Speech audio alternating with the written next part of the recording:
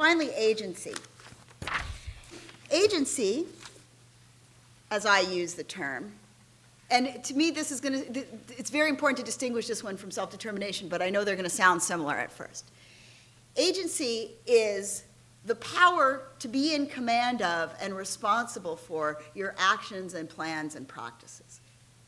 So as I defined self-determination, it was about making choices and sticking to them. But lots and lots of medical care, and even more broadly, lots and lots of life, isn't about making choices or decisions. As you go through your day, it's actually pretty rare that you're like, I must make a choice here. Most of what you do is engage in ongoing practices and habits that don't involve decisions at every second. They're simply how you live, right? And this is true in the domain of health, too.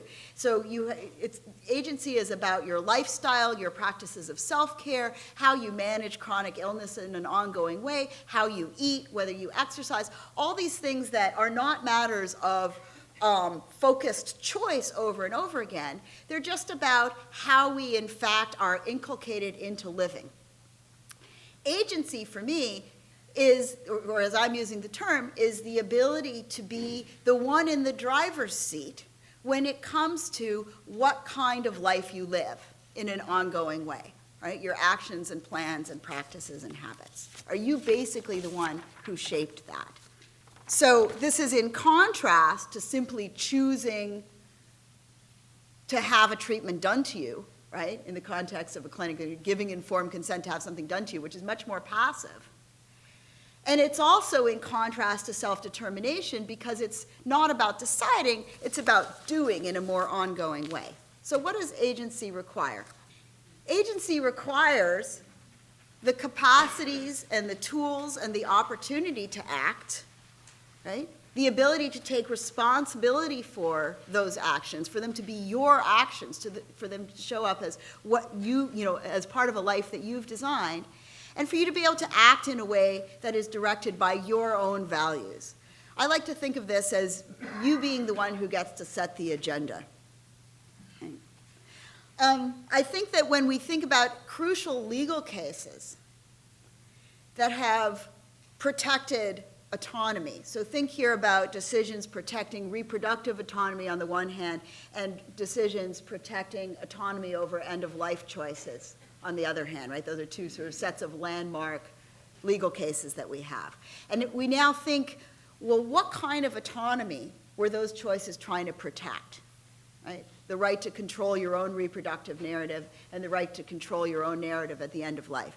Interestingly, I think they crucially combine self-determination, integrity, and agency. Right? I think all of these are at work in those legal decisions, right? So on the one hand, it's about protecting our right to make our own choices when it comes to things as important as the right to bear children or the right to die how we want. On the other hand, if you look at the language of those decisions, a lot of that language is actually more what I would call about integrity, right? It's about letting people stay true to the life that they have built for themselves, right? Not causing a radical breach in it. And it's also crucially, and this is the one I'm most interested in for these purposes, about agency, right? A lot of the language in those decisions is about giving people the ability to design their own lives. When the physician-assisted suicide laws were finally upheld in Oregon, there was a brief written in support of that decision by a bunch of philosophers. And one of the things that the brief said that I thought was just beautiful in defense of keeping physician-assisted suicide legal was that it was crucial that people have the ability to end their lives in a way that do not deform them. And I think that that brings together concerns with integrity and agency in a beautiful way, right? So it's not just about choice, get off my choices, give me liberty, let me do what I want. It's about we shape a life over time. And it's important to us that that life be coherent over time, and also that we be the ones who are shaping it. And the ability to make choices and engage in practices that let us give integrity and agency to that life rather than letting that life be deformed at the very end are important to us. in order to have agency, we need an enormous amount of scaffolding. What do we need? Well, first of all, in order to have agency, you have to have basic control over your life, right? If you are somebody who's at the beck and call of others, if you have no job security or food security and you're not sure when you're going to be working where, on what hours, or where your next meal is coming from, right, then you're just simply not in a position to build a life of your own designing and practices of your own designing. It requires resources and privilege that many people don't have. And likewise, responsible health practices, eating well, exercising, sticking to your schedule of when you're supposed to take pills, whatever it may be, requires often privilege and access to social goods. You need to be able to count on your environment and have it be regular in various ways, be in basic control over that environment in order to be able to do those things. And furthermore, it requires the capacity for understanding and critical critique, right? It's critical critique, good. For understanding and critique. In order to feel like you're the one in the driver's seat, like your life is going according to your own agenda more or less, you have to be in a position to question and defend and critique your own practices so that you can take responsibility for them or own them. So it's not enough that you just have access to good quality, clear information. You also have to have the ability to critically reason about that information, to seek it out and assess it so that it can become yours in an important way, if that makes sense. So at the beginning, I claimed that autonomy and knowledge were intrinsically connected, right? That autonomy had a knowledge component. At this point in the talk, this has gotten much, much more complicated, right? The traditional idea is that patients, in order to have autonomy, have to be able to receive clear information and be capable of reasoning about it. That was what we saw at the beginning in the dominant model. By now, though, the knowledge skills that are required for positive autonomy turn out to be much more complicated than that. Right? You have to be able to do all sorts of things. You have to have basic health and statistical literacy. You have to be able to you have to have skills at doing things like detecting bias and conflicts of interest so that you know what to trust and what not to trust. In this day and age, when we have so many multiple sources of information bombarding us from all sides, we have to be able to assess it, sort through it, access it, decide what's legitimate and what isn't. You have to be able to have the communication skills, which comes with a lot of privilege, by the way, right? It requires privilege to have these communication skills that allow us to question authority figures like doctors and ask questions about what it is that they're recommending for us. All of this is part of being able to take responsibility for and design a self-determining agential life with integrity. So a few conclusions. First of all, there is no one thing that's patient autonomy.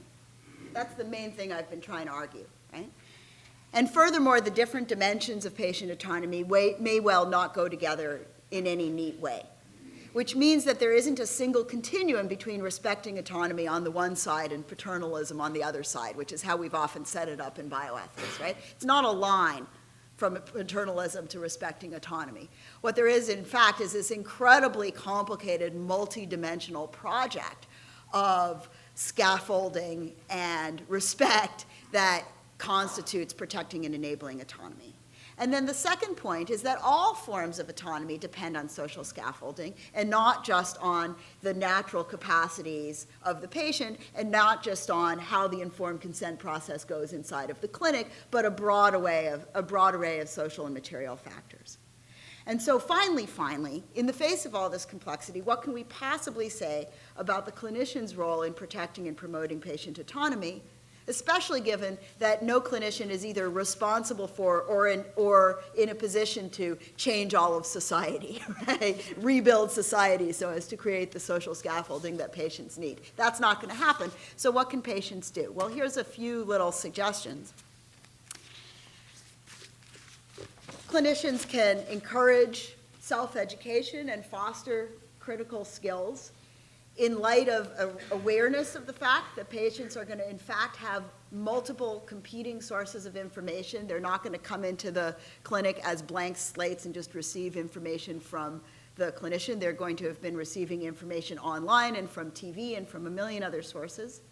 Clinicians can focus not just on informed choice, but also on, they can attend to whether the context in which medical decisions are being made and care is being given, whether that context is in various ways alienating and discontinuous with the rest of that patient's life. And usually the answer will be yes.